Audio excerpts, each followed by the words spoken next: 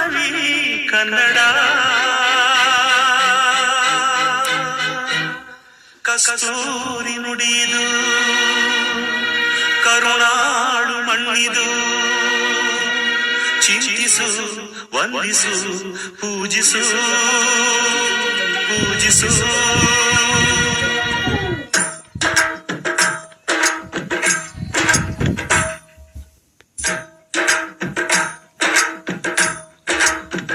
ಈ ಕನ್ನಡ ಮಣ್ಣನ್ನು ಮರಿಬೇಡ ಓ ಅಭಿಮಾನಿ, ಓ ಅಭಿಮಾನಿ. ಈ ಮಣ್ಣಿನ ಹೆಣ್ಣನ್ನು ಜರಿಬೇಡ ಓ ಅಭಿಮಾನಿ, ಓ ಅಭಿಮಾನಿ. ನಮಸ್ಕಾರ ವೀಕ್ಷಕರೇ, ನಿಮ್ಮ ಪ್ರೀತಿಯ ತ್ರಿಲೋಕ ಬಾಸ್ ಅಹನ್ ಚಾನೆಲ್ಗೆ ಸುಸ್ವಾಗತ. ನಾನು ನಿಮ್ಮ ಹರ್ಷಿತಾ ಅನಿಲ್. ಈಗ ನೀವು ಸ್ಕ್ರೀನ್ ಮೇಲೆ ನೋಡ್ತಿರೋ ಈ ಕೋಟೆ ಸಾಮಾನ್ಯ ಕೋಟೆಯಲ್ಲ. ಇದು ದಟ್ಟವಾದ ಮಲೆನಾಡಿನ ಅರಣ್ಯದ ಮಧ್ಯೆ ಅಡಗಿರೋ ಶತ್ರುಗಳ ಪಾಲಿಗೆ ಸಿಂಹ ಸ್ವಪ್ನವಾಗಿದ್ದ ಕರುನಾಡಿನ ಹೆಮ್ಮೆಯ ನಗರ ಕೋಟೆ. ಮೊಘಲರ ಚಕ್ರವರ್ತಿ ಔರಂಗಜೇಬನೇ ಈ ಕೋಟೆಯ ಹೆಸರನ್ನ ಕೇಳಿ ನಡುಗಿದ್ದ. ಅಂದ್ರೆ ನೀವು ನಂಬ್ತೀರಾ? ಇತಿಹಾಸ ಪುಟಗಳಲ್ಲಿ ಮರೆತು ಹೋಗಿರೋ ಈ ಅದ್ಭುತ ಸಾಮ್ರಾಜ್ಯದ ರಹಸ್ಯಗಳೇನು? ರಾಜಮನೆತನದವರು ಸ್ನಾನ ಮಾಡ್ತಿದ್ದ ಆ 7 ಅದ್ಭುತ ಕೊಳಗಳ ರಹಸ್ಯ ಇಲ್ಲಿದೆ. ಈ ವಿಡಿಯೋವನ್ನು ಕೊನೆವರೆಗೂ ಮಿಸ್ ಮಾಡದೆ ನೋಡಿ, ಯಾಕಂದ್ರೆ ಇವತ್ತು ನಾವು ಈ ಕೋಟೆಯ ರೋಚಕ ಇತಿಹಾಸ ಮತ್ತು ನಿಗೂಢ ಸತ್ಯಗಳನ್ನ ತೋರಿಸಲಿದ್ದೇವೆ. ಬನ್ನಿ ಮೊದಲು ಇದರ ಇತಿಹಾಸ ತಿಳಿಯೋಣ. ಹೊಸನಗರದಿಂದ ಸುಮಾರು 17 ಕಿಲೋಮೀಟರ್ ದೂರದಲ್ಲಿರೋ ಈ ಜಾಗಕ್ಕೆ ಹಿಂದೆ ಬಿದನೂರು ಅಂತ ಕರೆಯಲಾಗ್ತಿತ್ತು. 16ನೇ ಶತಮಾನದಲ್ಲಿ ಕೆಳದಿ ನಾಯಕರ ಆಳ್ವಿಕೆಯಲ್ಲಿ ಇದು ಅತ್ಯಂತ ಪ್ರಮುಖ ನಗರವಾಗಿ ಬೆಳೆಯಿತು. ಕ್ರಿಸ್ತ ಶಕ 1640ರಲ್ಲಿ ಇಕ್ಕೇರಿಯ ಮೇಲೆ ಬಿಜಾಪುರದ ಸುಲ್ತಾನರು ದಾಳಿ ಮಾಡಿದಾಗ ಕೆಳದಿಯ ರಾಜ ವೀರಭದ್ರ ನಾಯಕರು ತಮ್ಮ ರಾಜಧಾನಿಯನ್ನ ಸುರಕ್ಷಿತವಾದ ಈ ದಟ್ಟ ಕಾಡಿನ ಮಧ್ಯೆ ಇರೋ ಬಿದನೂರಿಗೆ ಬದಲಾಯಿಸಿದ್ರು. ಆಮೇಲೆ ಇದಕ್ಕೆ ನಗರ ಅಂತ ಹೆಸರಿಟ್ರು. ತದನಂತರ ಬಂದ ಕೆಳದಿಯ ಶ್ರೇಷ್ಠ ರಾಜ ಶಿವಪ್ಪ ನಾಯಕರು ಈ ಕೋಟೆಯನ್ನ ಇನ್ನೂ ಬಲಿಷ್ಠವಾಗಿ ನಿರ್ಮಿಸಿದ್ರು. ಅದಕ್ಕೆ ಶಿವಪ್ಪ ನಾಯಕನ ಕೋಟೆ ಅಂತಲೂ ಕರೀತಾರೆ. ವೀಕ್ಷಕರೇ, ಈ ಕೋಟೆಯ ಇಂಜಿನಿಯರಿಂಗ್ ನೋಡಿದ್ರೆ ನೀವು ನಿಜಕ್ಕೂ ಆಶ್ಚರ್ಯ ಪಡ್ತೀರಾ. ಭಾರತದ ಬೇರೆ ಕೋಟೆಗಳ ತರ ಇದು ದೊಡ್ಡ ಬೆಟ್ಟದ ಮೇಲಿಲ್ಲ, ಬದಲಿಗೆ ಒಂದು ಸಣ್ಣ ದಿಣ್ಣೆಯ ಮೇಲಿದೆ. ಆದರೆ ಶತ್ರುಗಳು ಅಷ್ಟು ಸುಲಭವಾಗಿ ಒಳಗೆ ಬರಲು ಸಾಧ್ಯವಿರಲಿಲ್ಲ. ಯಾಕಂದ್ರೆ ಕೋಟೆಯ ಸುತ್ತಲೂ ಕೆರೆ ಮತ್ತು ನೀರಿನ ವಿಶೇಷ ಕಂದಕಗಳನ್ನ ನಿರ್ಮಿಸಲಾಗಿತ್ತು. ಯುದ್ಧದ ಸಮಯದಲ್ಲಿ ಈ ನೀರೇ ಕೋಟೆಗೆ ರಕ್ಷಣಾ ಕವಚವಾಗಿತ್ತು. ಇಲ್ಲಿನ ಭದ್ರವಾದ ಕಾವಲು ಕೊಠಡಿಗಳು, ದೈತ್ಯಾಕಾರದ ಪ್ರವೇಶ ದ್ವಾರಗಳು ಮತ್ತು ಕೋಟೆಯ ಮೇಲಿರೋ ಕ್ಯಾನನ್ ಅಂದರೆ ಫಿರಂಗಿಗಳನ್ನ ನೀವಿಲ್ಲಿ ನೋಡಬಹುದು. ಇಲ್ಲಿ ನಿಂತು ನೋಡಿದ್ರೆ ಮಲೆನಾಡಿನ ಪಶ್ಚಿಮ ಘಟ್ಟಗಳ ಅದ್ಭುತ ನೋಟ ಕಣ್ಣಿಗೆ ಕಟ್ಟಿದ ಹಾಗೆ ಕಾಣುತ್ತೆ. ಈಗ ನಾನು ಈ ಕೋಟೆಯ ಅತ್ಯಂತ ರೋಮಾಂಚಕ ಇತಿಹಾಸ ಹೇಳ್ತೀನಿ ಕೇಳಿ. ಇದು ವೀರರಾಣಿ ಕೆಳದಿ ಚೆನ್ನಮ್ಮನ ಶೌರ್ಯಕ್ಕೆ ಸಾಕ್ಷಿಯಾದ ಜಾಗ. 1689ರಲ್ಲಿ ಮರಾಠ ಸಾಮ್ರಾಜ್ಯದ ಛತ್ರಪತಿ ಶಿವಾಜಿ ಮಹಾರಾಜರ ಮಗ ರಾಜಾರಾಮ್ ಮಹಾರಾಜ್ ಅವರನ್ನು ಮೊಘಲ್ ದೊರೆ ಔರಂಗಜೇಬನ ಸೈನ್ಯ ಬೆನ್ನಟ್ಟಿಕೊಂಡು ಬರುತ್ತೆ. ಭಾರತದ ಯಾವುದೇ ರಾಜ ಮೊಘಲರ ಹೆದರಿಕೆಗೆ ರಾಜಾರಾಮ್ ಅವರಿಗೆ ಆಶ್ರಯ ಕೊಡಲಿಲ್ಲ. ಆದರೆ ಈ ಮಲೆನಾಡಿನ ವೀರವನಿತೆ ರಾಣಿ ಚೆನ್ನಮ್ಮ ಔರಂಗಜೇಬನಿಗೆ ಹೆದರದೆ ರಾಜಾರಾಮ್ ಅವರಿಗೆ ಇದೇ ನಗರ ಕೋಟೆಯಲ್ಲಿ ಆಶ್ರಯ ನೀಡಿದ್ರು. ಇದರಿಂದ ಕೋಪಗೊಂಡ ಔರಂಗಜೇಬ ದೊಡ್ಡ ಸೈನ್ಯವನ್ನ ಬಿದನೂರಿನ ಮೇಲೆ ಕಳುಹಿಸಿದ. ಆದರೆ ನಮ್ಮ ಮಲೆನಾಡಿನ ದಟ್ಟ ಕಾಡು ಮತ್ತು ರಾಣಿ ಚೆನ್ನಮ್ಮನ ಸೈನ್ಯದ ಗೆರಿಲ್ಲಾ ಯುದ್ಧ ತಂತ್ರಕ್ಕೆ ಮೊಘಲರು ಧೂಳಿಪಟವಾದ್ರು. ಕೊನೆಗೆ ಮೊಘಲರು ರಾಣಿಯ ಜೊತೆ ಒಪ್ಪಂದ ಮಾಡಿಕೊಳ್ಳಬೇಕಾಗಿ ಬಂತು. ಇದು ನಮ್ಮ ಕರುನಾಡಿನ ಹೆಮ್ಮೆ. ಕೋಟೆಯ ಒಳಗೆ ನಾವೀಗ ನೋಡ್ತಾ ಇರೋದು ಅರಮನೆಯ ಅವಶೇಷಗಳು ಮತ್ತು ದರ್ಬಾರ್ ಹಾಲ್. ಅಂದು ವೈಭವದಿಂದ ಮೆರೆದ ರಾಜ ಮಹಾಪ್ರಸಾದ ಇಂದು ಕೇವಲ ಕಲ್ಲಿನ ಪಾಯಗಳಾಗಿ ಉಳಿದುಕೊಂಡಿದೆ. ಇಲ್ಲೇ ಪಕ್ಕದಲ್ಲಿ ಅಕ್ಕ ತಂಗಿ ಹೊಂಡ ಅಂತ 2 ಸುಂದರ ನೀರಿನ ಕೊಳಗಳಿವೆ. ಆದರೆ ಇವೆಲ್ಲಕ್ಕಿಂತ ಮುಖ್ಯವಾದ ಆಕರ್ಷಣೆ ಅಂದ್ರೆ ಕೋಟೆಯಿಂದ ಸ್ವಲ್ಪ ದೂರದಲ್ಲಿರೋ ದೇವಗಂಗೆ ಹೊಂಡ. ಇದು ಆ ಕಾಲದ ಅತ್ಯದ್ಭುತ ಇಂಜಿನಿಯರಿಂಗ್ಗೆ ಸಾಕ್ಷಿ. ರಾಜಮನೆತನದವರು ಸ್ನಾನ ಮಾಡಲು ವಿನ್ಯಾಸಗೊಳಿಸಲಾದ 7 ವಿಭಿನ್ನ ಆಕಾರದ ಕೊಳಗಳು ಇಲ್ಲಿವೆ. ಈ ಕೊಳಗಳಿಗೆ ನೀರು ಎಲ್ಲಿಂದ ಬರುತ್ತೆ, ಹೇಗೆ ಒಂದು ಕೊಳದಿಂದ ಇನ್ನೊಂದು ಹರಿಯುತ್ತೆ ಅನ್ನೋದು ಇಂದಿಗೂ ಆಶ್ಚರ್ಯ ತರಿಸುತ್ತೆ. ಇಷ್ಟೊಂದು ಭವ್ಯವಾಗಿದ್ದ ಈ ಸಾಮ್ರಾಜ್ಯ ಕ್ರಿಸ್ತಶಕ 1763ರಲ್ಲಿ ಮೈಸೂರಿನ ಹೈದರ್ ಅಲಿಯ ದಾಳಿಗೆ ಒಳಗಾಯಿತು. ಹೈದರ್ ಅಲಿ ಈ ಕೋಟೆಯನ್ನ ವಶಪಡಿಸಿಕೊಂಡು ಇದಕ್ಕೆ ಹೈದರ್ ನಗರ ಅಂತ ಹೆಸರಿಟ್ಟ. ತದನಂತರ ಬಿದನೂರು ಸಾಮ್ರಾಜ್ಯ ಇತಿಹಾಸ ಪುಟ ಸೇರಿತು. ಇಂದು ಈ ಕೋಟೆ ಭಾರತೀಯ ಪುರಾತತ್ವ ಇಲಾಖೆಯ ASI ಅಡಿಯಲ್ಲಿದೆ. ಇಲ್ಲಿಗೆ ಯಾವುದೇ ಪ್ರವೇಶ ಶುಲ್ಕ ಇರುವುದಿಲ್ಲ. ಮಳೆಗಾಲ ಮತ್ತು ಚಳಿಗಾಲದಲ್ಲಿ ಈ ಕೋಟೆ ಹಚ್ಚ ಹಸಿರಿನಿಂದ ಕಂಗೊಳಿಸುತ್ತೆ. ವೀಕ್ಷಕರೇ, ಇತಿಹಾಸದ ಪುಸ್ತಕಗಳನ್ನ ಒಮ್ಮೆ ಮರೆತು ಬಿಡಿ. ಕಣ್ಣು ಮುಚ್ಚಿ ಯೋಚನೆ ಮಾಡಿ. ಸುತ್ತಲೂ ದಟ್ಟವಾದ ಮಲೆನಾಡಿನ ಕಾಡು, ನಿರಂತರವಾಗಿ ಸುರಿಯೋ ಮಳೆ, ಅದರ ಮಧ್ಯೆ ಶತ್ರುಗಳ ರಕ್ತ ಹರಿಸಿದ ಕಲ್ಲಿನ ಬೃಹತ್ ಕೋಟೆ. ಇವತ್ತಿಗೂ ಇಲ್ಲಿನ ಕಲ್ಲುಗಳು ಅಂದಿನ ವೀರರಾಣಿ ಚೆನ್ನಮ್ಮನ ಶೌರ್ಯದ ಕತೆ ಹೇಳ್ತವೆ. ನೀವಿನ್ನು ಈ ಜಾಗವನ್ನ ಕೇವಲ ಮೊಬೈಲ್ ಸ್ಕ್ರೀನ್ ಮೇಲೆ ನೋಡ್ತಾ ಕೂತಿದ್ದೀರಿ. ಅದಕ್ಕೆ ಹೇಳ್ತಿರೋದು, ಲೈಫ್ ಅಲ್ಲಿ ಒಮ್ಮೆಯಾದ್ರೂ ಸಮಯ ಮಾಡಿಕೊಂಡು ಆದಷ್ಟು ಬೇಗ ನಮ್ಮ ಮಲೆನಾಡಿನ ಹೊಸನಗರಕ್ಕೆ ಬಂದು ಈ ಭವ್ಯವಾದ ಕೋಟೆಯನ್ನ ಕಣ್ಣಾರೆ ನೋಡಿ ಆನಂದಿಸಿ. ಇಲ್ಲಿನ ಗಾಳಿ, ಇಲ್ಲಿನ ಮಣ್ಣು ನಿಮ್ಮನ್ನ ನೂರಾರು ವರ್ಷಗಳ ಹಿಂದಿನ ರಾಜರ ಕಾಲಕ್ಕೆ ಕರ್ಕೊಂಡು ಹೋಗುತ್ತೆ. ಈ ವಿಡಿಯೋ ಇಷ್ಟ ಆಗಿದ್ರೆ ಈಗಲೇ ನಿಮ್ಮ ಫ್ರೆಂಡ್ಸ್ ಮತ್ತು ಫ್ಯಾಮಿಲಿಗೆ ಶೇರ್ ಮಾಡಿ. ಎಲ್ಲರಿಗೂ ನಮ್ಮ ಮಲೆನಾಡಿನ ತಾಕತ್ತು ತಿಳಿಸಿ. ಸ್ನೇಹಿತರೆ, ಈಗ ನಾವು ಕೋಟೆಯ ಅತ್ಯಂತ ಪ್ರಮುಖ ಮತ್ತು ನಿಗೂಢ ಜಾಗಕ್ಕೆ ಬಂದಿದ್ದೇವೆ.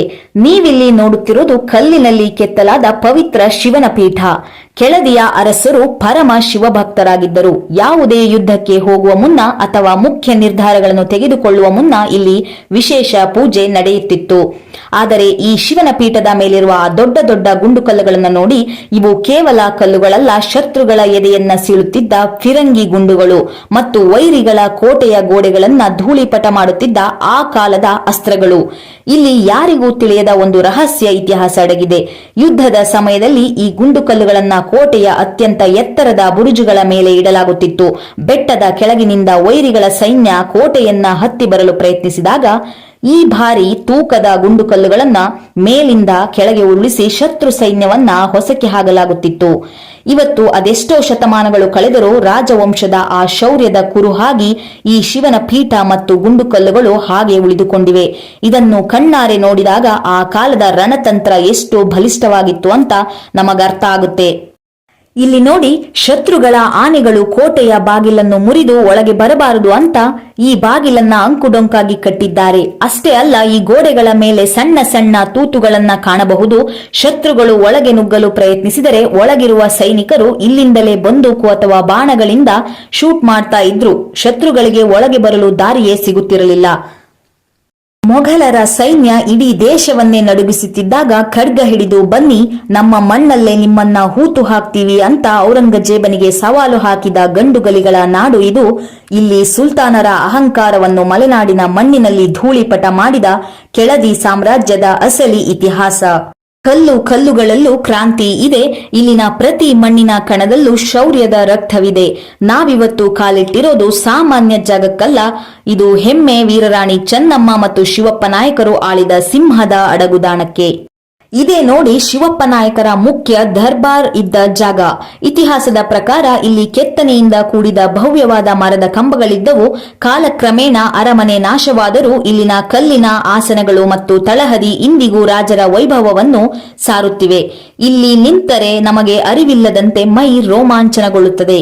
ಈಗ ನಾವು ಕೋಟೆಯ ಅತ್ಯಂತ ವಿಚಿತ್ರ ಜಾಗಕ್ಕೆ ಬಂದಿದ್ದೇವೆ. ನೀವಿಲ್ಲಿ ನೋಡುತ್ತಿರುವ ನೀರಿನ ವ್ಯವಸ್ಥೆ ಇದೆಯಲ್ಲ, ಇದು ಇಂಜಿನಿಯರ್ಗಳಿಗೂ ಸವಾಲು ಹಾಕುವಂತಿದೆ. ಬೆಟ್ಟದ ಮೇಲಿರುವ ಈ ಕೋಟೆಗೆ ಆ ಕಾಲದಲ್ಲೇ ಇಡೀ ವರ್ಷ ನೀರು ಸಿಗುವಂತೆ ರೈನ್ ವಾಟರ್ ಹಾರ್ವೆಸ್ಟಿಂಗ್ ತಂತ್ರಜ್ಞಾನ ಬಳಸಲಾಗಿತ್ತು. ಇಲ್ಲಿರೋ ಬಾವಿಗಳು ಮತ್ತು ಕೊಳಗಳು ಎಂಥ ಬೇಸಿಗೆಯಲ್ಲೂ ಒಣಗೋದಿಲ್ಲ. ಅಷ್ಟೇ ಅಲ್ಲ, ರಾಜಮನೆತನದವರು ಸ್ನಾನ ಮಾಡುತ್ತಿದ್ದ ದೇವಗಂಗೆ ಕೊಳಗಳ ವಿನ್ಯಾಸ ನಿಜಕ್ಕೂ ಅದ್ಭುತ. ಇನ್ನು ಎಲ್ಲರೂ ಮಾತನಾಡಿಕೊಳ್ಳುವ ಆ ರಹಸ್ಯ ಸುರಂಗ ಎಲ್ಲಿದೆ? ಸ್ಥಳೀಯರ ಪ್ರಕಾರ ಈ ಕೋಟೆಯ ಅರಮನೆಯ ಅವಶೇಷಗಳ ಕೆಳಗೆ ಒಂದು ರಹಸ್ಯ ಸುರಂಗ ಮಾರ್ಗ ಇತ್ತು. ತುರ್ತು ಸಂದರ್ಭದಲ್ಲಿ ರಾಜರು ಮತ್ತು ರಾಣಿಯರು ಶತ್ರುಗಳಿಂದ ತಪ್ಪಿಸಿಕೊಂಡು ಮತ್ಯಾವುದೋ ದೂರದ ಕಾಡಿಗೆ ಹೋಗಲು ಇದನ್ನು ಬಳಸಲಾಗುತ್ತಿತ್ತಂತೆ. ಕಾಲಕ್ರಮೇಣ ಭದ್ರತೆಯ ದೃಷ್ಟಿಯಿಂದ ಭಾರತೀಯ ಪುರಾತತ್ವ ಇಲಾಖೆ ಇವುಗಳನ್ನು ಮುಚ್ಚಿದೆ. ಆದರೆ ಆ ಕತ್ತಲೆಯ ಸುರಂಗದ ಹತ್ತಿರ ನಿಂತರೆ ಇಂದಿಗೂ ಆ ಕಾಲದ ಸೈನಿಕರ ಹೆಜ್ಜೆಯ ಸದ್ದು ಕೇಳಿಸಿದ ಹಾಗಾಗುತ್ತೆ. ಇತಿಹಾಸದ ಕಥೆಗಳನ್ನ ಪಕ್ಕಕ್ಕಿಟ್ಟು ನೋಡಿದ್ರೂ ಈ ನಗರ ಕೋಟೆ ಪ್ರಕೃತಿ ಪ್ರೇಮಿಗಳಿಗೆ ಒಂದು ಸ್ವರ್ಗ. ಸುತ್ತಲೂ ದಟ್ಟವಾದ ಮಲೆನಾಡಿನ ಕಾಡು, ಮಂಜು ಮುಸುಕಿದ ವಾತಾವರಣ, ಹಕ್ಕಿಗಳ ಚಿಲಿಪಿಲಿ ಸದ್ದು. ನೀವು ಕೋಟೆಯ ಅತ್ಯಂತ ಎತ್ತರದ ಜಾಗಕ್ಕೆ ಬಂದು ನಿಂತರೆ ಇಡೀ ಜಗತ್ತನ್ನೇ ಮರೆತು ಬಿಡ್ತೀರಾ. ಯಾರೆಲ್ಲ ಮನಸ್ಸಿಗೆ ನೆಮ್ಮದಿ ಬೇಕು ಅಂದುಕೊಳ್ಳುತ್ತಾರೋ ಅವರು ಲೈಫ್ನಲ್ಲಿ ಒಮ್ಮೆಯಾದರೂ ಬರಲೇಬೇಕಾದ ಜಾಗ ಇದು. ಆದರೆ ಇಷ್ಟೆಲ್ಲ ಇತಿಹಾಸ ಇರೋ ಈ ಜಾಗ ಇವತ್ತು ಸರಿಯಾದ ನಿರ್ವಹಣೆ ಇಲ್ಲದೆ ಅಳಿವಿನ ಅಂಚಿನ ಲಿನಲ್ಲಿದೆ ಅನ್ನೋದು ಬೇಸರದ ಸಂಗತಿ. ಸ್ನೇಹಿತರೆ, 18 ನಿಮಿಷಗಳ ಕಾಲ ನಮ್ಮ ಜೊತೆ ಈ ನಮ್ಮ ಹೊಸನಗರ ತಾಲೂಕಿನಲ್ಲಿರುವ ಅದ್ಭುತ ನಗರ ಕೋಟೆಯನ್ನ ನೋಡಿದ್ದಕ್ಕೆ ಧನ್ಯವಾದಗಳು. ಇತಿಹಾಸ ಪುಟದಲ್ಲಿ ನಿಮಗೇನಾದ್ರೂ ಈ ವಿಡಿಯೋ ಇಷ್ಟ ಆಗಿದ್ರೆ ನಮ್ಮ ಈ ಪ್ರಯತ್ನಕ್ಕೆ ಒಂದು ಲೈಕ್ ಕೊಡಿ. ಅಂದ ಹಾಗೆ ನಿಮಗೊಂದು ಪ್ರಶ್ನೆ, ನಿಮ್ಮ ಊರಿನ ಹತ್ತಿರ ಇರೋ ಅತ್ಯಂತ ಹಳೆಯ ಕೋಟೆ ಯಾವುದು? ಅದನ್ನ ಕೆಳಗೆ ಕಾಮೆಂಟ್ ಮಾಡಿ ತಿಳಿಸಿ. ಮುಂದಿನ ವಿಡಿಯೋದಲ್ಲಿ ಇಂಥದ್ದೇ ಮತ್ತೊಂದು ರಹಸ್ಯ ಜಾಗದ ಜೊತೆ ಸಿಗೋಣ. ಅಲ್ಲಿಯವರೆಗೂ ನೋಡ್ತಾ ಇರಿ ತ್ರಿಲೋಕ ಬಾಸ್ ಅಹನ್ ಚಾನೆಲ್. ನಾನು ನಿಮ್ಮ ಹರ್ಷಿತಾ ಅನಿಲ್. ಧನ್ಯವಾದಗಳು.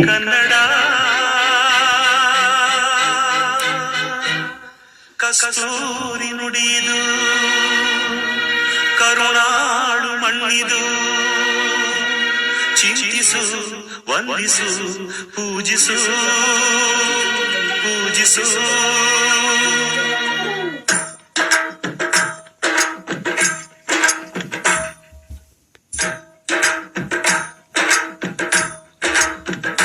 ಈ ಕನ್ನಡ ಮಣ್ಣನ್ನು ಮರಿಬೇಡ ಓ ಅಭಿಮಾನಿ, ಓ ಅಭಿಮಾನಿ.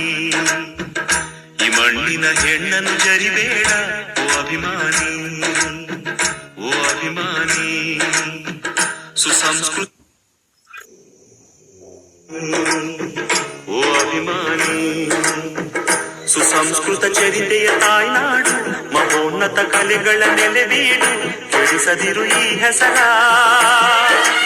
ಈ ಹೆಸರ.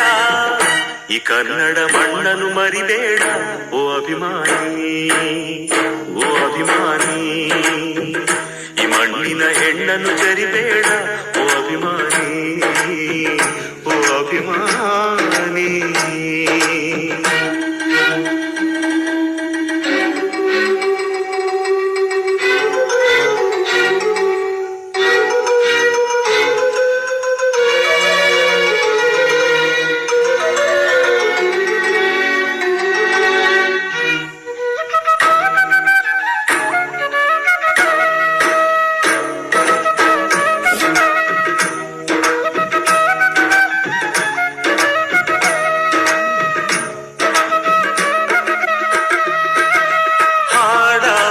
ಹೂಡಾಗಲಿ ನಾಡಾಗಲಿ ಕಟ್ಟೋಕೆ ನಾನಾ ದಿನ, ಕೆಡವೋಕೆ ಮೂರೇ ದಿನ. ಹರಸಿದರು ಮುನಿಗಳು, ಗಳಿಸಿದರು ಕಲಿಗಳು, ನೆತ್ತರಲ್ಲಿ ನೆಚ್ಚಿನ ಈ ಮೆಚ್ಚಿನ ಸಾಮ್ರಾಜ್ಯವ. ಹಾಡಿದರು ಕವಿಗಳು, ಕರಗಿದವು ಶಿಲೆಗಳು, ತುಂಬಿದರು ಎದೆಯಲಿ ಸಿರಿಗನ್ನಡ ಅಭಿಮಾನವ. ಕನ್ನಡ ರೋಮಾಂಚನವೀ ಕನ್ನಡ. ಹಾಡಿಸು ಕೇಳಿಸು ಪ್ರೀತಿಸು, ಈ ಕನ್ನಡ ಮಣ್ಣನ್ನು ಮರಿಬೇಡ ಓ ಅಭಿಮಾನಿ, ಓ ಅಭಿಮಾನಿ. ಈ ಮಣ್ಣಿನ ಹೆಣ್ಣನ್ನು ಜರಿಬೇಡ ಓ ಅಭಿಮಾನಿ, ಓ ಅಭಿಮಾನಿ.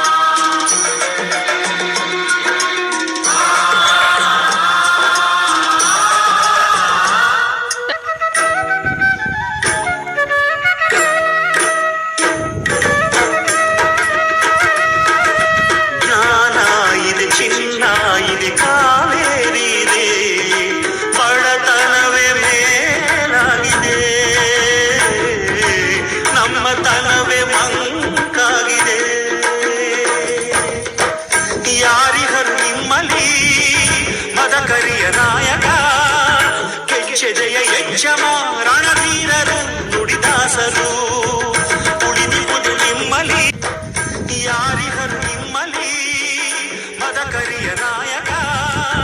ಕೆಚ್ಚೆದೆಯ ಯಕ್ಷಮ ರಣಧೀರರು ನುಡಿದಾಸರು